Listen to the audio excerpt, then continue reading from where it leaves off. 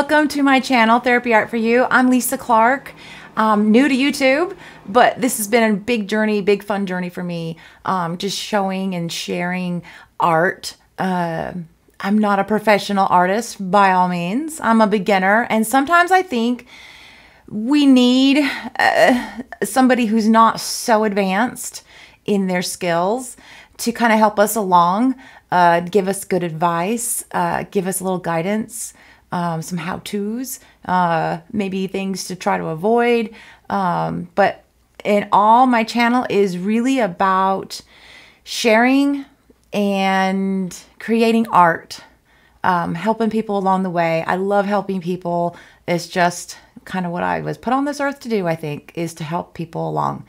But today I'm going to share with you my experience with pan pastels, a very fun medium. They are pastels, so therefore they're a little bit, they're powdery. You know, the powder on them is gonna shift a lot.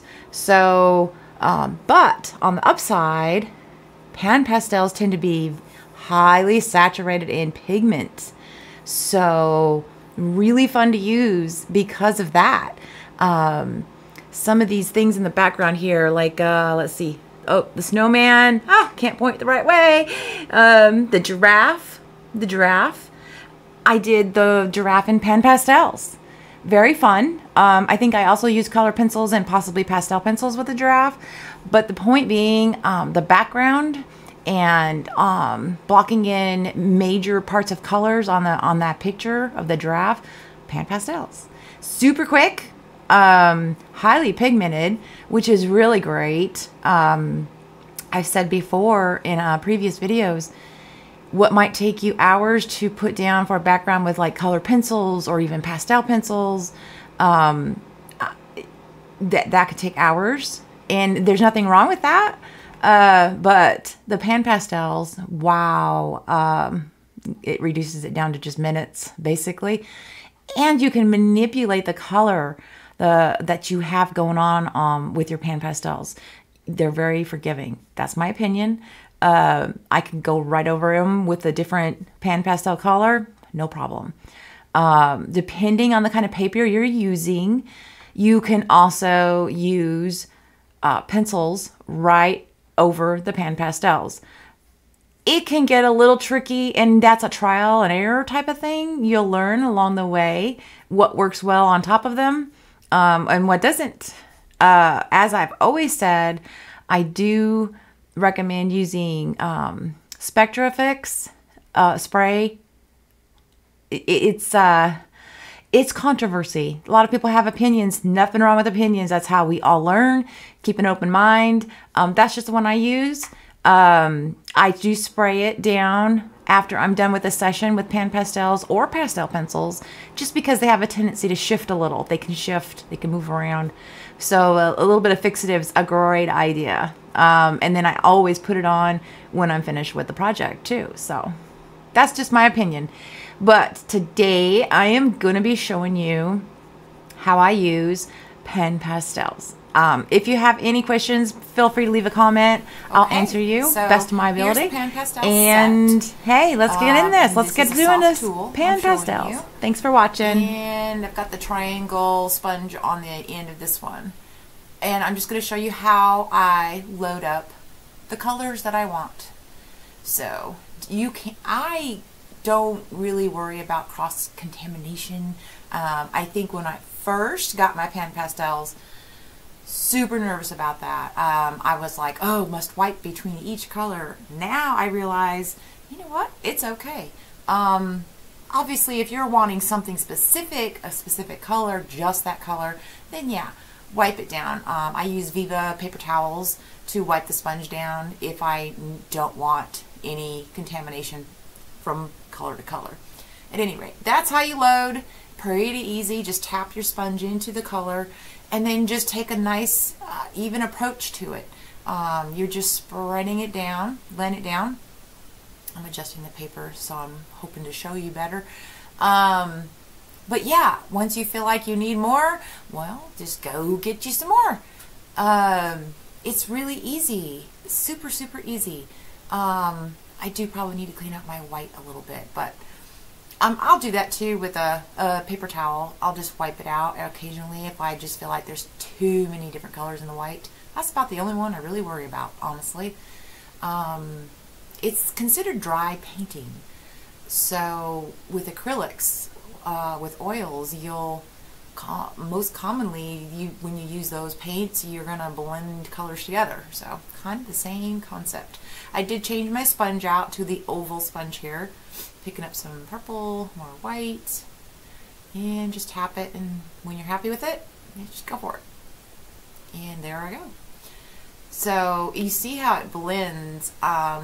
Honestly, when I started this picture, had no idea what I was going to do. I just thought I would show you how to lay down different colors as you go along.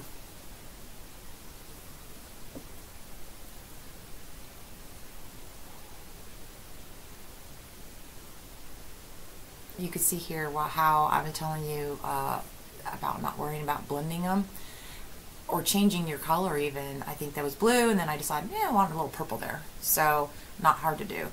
I think I might have edited this one wrong. I was not using the triangle shape here for the colors, but again, just trying to show you how I load them up. Definitely not the same take on that. I'm still using the oval sponge on this picture, so I apologize for that. But as you can see, pretty forgiving. There's the right cut. Sorry about that. Anyway, I'm new. This is all new for me, this editing stuff, but I've been having fun doing it. It's a whole nother art, I think. But at any rate, here you go, laying down. Still don't know what I'm doing, where this is going to take me, but I decided that this kind of looked like a really pretty sky. So I decided, let's go with that. Let's make that a sky. So again, not worried about cross-contaminating. Just load it up and keep going. Don't worry about changing your sponge between colors or whatnot. Just dive in. Just go for it. They're a lot of fun. Here's another example. Decided to go ahead and have some direction with this picture. Let's put some mountains here. So there I go. I'm gonna just put this right over the purple and the blue and the white.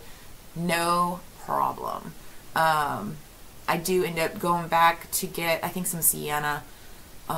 It's one of my favorite colors. And then putting that here and making it a little bit more defined. Yep, there it is there.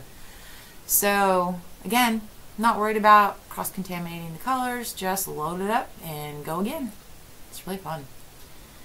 The pressure is, I'd say, soft to medium pressure when you're laying it down on the paper. You don't want to push too hard because the whole idea is you can do layers. The more layers, the more interesting it gets. So if you push too hard on the paper, you have the potential there of kind of not doing real great with the tooth of that paper. So you just kind of want to use a nice, easy touch. So here I decided, well, let's go ahead and put some water here. Why not? What's stopping me? Nothing. It's art. There's nothing wrong with art. There's no wrong with art. I'm still trying to think what I want to do with this, so it just kind of grew, you know. I picked up some, I think that's indigo blue. I'm not a landscape artist by all means, but you know what? Sometimes I think it helps to get input and support from people who are just starting out, or they're kind of novice and not so advanced that it's confusing. There's some artists out there on YouTube that are just absolutely fabulous, so talented, so gifted, that I think sometimes they tend to forget that some people are just starting out, and so we need some real basic guidance, and that's what I'm hoping to do with my videos, is so you feel more comfortable using different mediums. In this part, I just picked up some white and some more blue. You could tell I still had purple on my sponge. I don't care. I think it looks pretty. So, and now I'm just trying to soften it by adding a couple, 2 or 3 more layers of the Pan Pastels. and because I'm looking for like a softer look to it, I guess would be a good way to put it. So there you go. It's just kind of coming along slowly but surely, and really not that slow. I mean, I think we're like, what, 5 or 6 minutes into this painting, and we've already got a sky, we've already got some mountains, and we got some water. It just doesn't take long. Pan pastels are quick. Don't really know how to do a coastline, so I just figured I don't want it straight. I'm going to do just kind of a random curvy lines, I guess. I don't even know. I wouldn't call those lines, but anyway, as you can see, I just kind of, there's no reference photo. This is just completely whatever strikes me at the time. I'm grabbing these colors. So that's what I want art to be for people. Just really fun and relaxing is what it's supposed to be. It's not supposed to be tedious or a job or stressful. It's supposed to be relaxing. I don't know about other people, but when I'm doing any kind of art project, I lose myself, you know. I lose myself in the act of it. Everything else kind of just melts away from the day. It's just nice. I like it. I decided I want a little bit more defined water line, mountain line. I don't know what you'd call that, but the horizon there, or not even the horizon. Anyway, not a big deal. I'm just softening the land there. Don't know if they're mountains or just a big pile of dirt. I don't know. It doesn't matter. Just feel it. Just go with it. Just pick up your soft tools and your pan pastels and go for it. So here's a technique I do. Just grab some pan pastel on the edge of the tool, just like that, just on the edge, and you can create like a line. Do you know what I mean? It's just like a straight-ish, I'm not very straight here, but straight-ish, you know. And then this is a technique I use for just blending it up.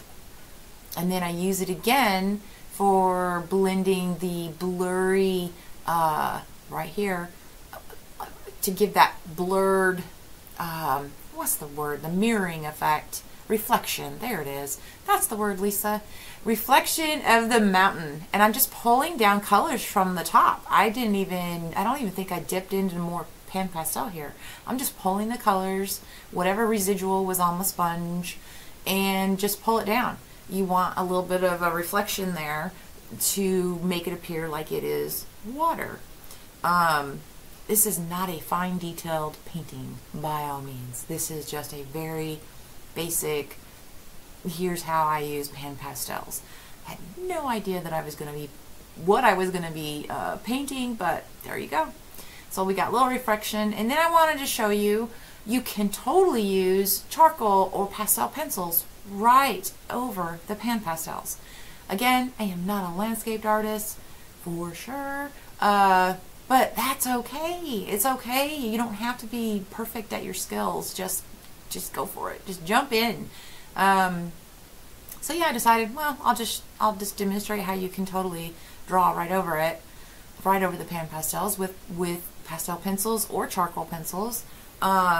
Regular color pencils probably would work. I just like the charcoal. I like the pastel pencil effect over the pan pastel. So,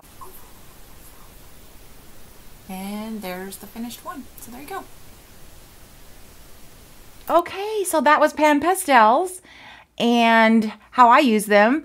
I had no idea what I was going to paint with them when I started this how-to video. This was just let's just lay some colors down. And that's the finished result. Real basic sky, a little bit of mountain, some greenery, water, and then like a shore, I guess. I don't know. But from this point, you could actually use pastel pencils, let's see, the Carbothellos, those will work. Just really about any other kind of colored pencil. Charcoal will work. You can go right over it. With the pastels, I did a little bit of the green just to show you how easy it is to use. But anyway, that was the end result to that. And then spray the fixative. Don't forget to do that. The paper that I used on that was from Canson, the pastel mat or the pastel paper. There's also pastel matte. This is not that expensive. You can find it on Amazon. I like it because it has the different colors in there, as you can see. So nice powder paper here, not spiral. I don't care. I don't really like spiral paper. I like the kind that you pull out. But at any rate, it's up to you. That's just what I use. But you want like a rough surface, more than smooth. You want kind of a rougher surface. Anyway, that's why you want to try to get a pastel paper to use the pan pastels on. Anyway, so that's that. And then here are the, the lid was not on all the way. These are the pan pastels that I used in that short video of the mountain lake scene. Anyway, that's these. Now, again, you don't have to buy a big set like this. You can buy individually. You can buy a skin tone set, landscape set, I believe they have. At any rate, they come in different amounts. So I like this set because I have a whole variety of colors in it. So there's that. Also, the Soft brand tool for pan pastels. That's SOFFT. And these are them. Simple to use. Very user-friendly, not that expensive on Amazon. I picked up a package of these. These are like a makeup brushes, pads or whatever. These work great for blending. Not expensive again. And I like these because they're a little longer than the standard little ones, the short ones that you get usually. But everything is in the description below the video of how to get this set together. The paper, the pan pastels, the brushes, the applicators, the blending, as well as the Spectrafix fixative, which is this. This is what I use right here. But anyway, yeah, that's what you'll need. A very basic set. You can also, if you're feeling apprehensive about them, understandable, just grab some paper. Copy paper's fine. Just to kind of get the feel of them. I will tell you, you're not going to get the same effect on regular like copy paper or notebook paper as you would using pastel paper. This allows lots of layers. Pan pastels are very forgiving. You can go right over them, which I think I did in this video. I changed my mind at something and I just went right over it with a whole different color. So really fun to use.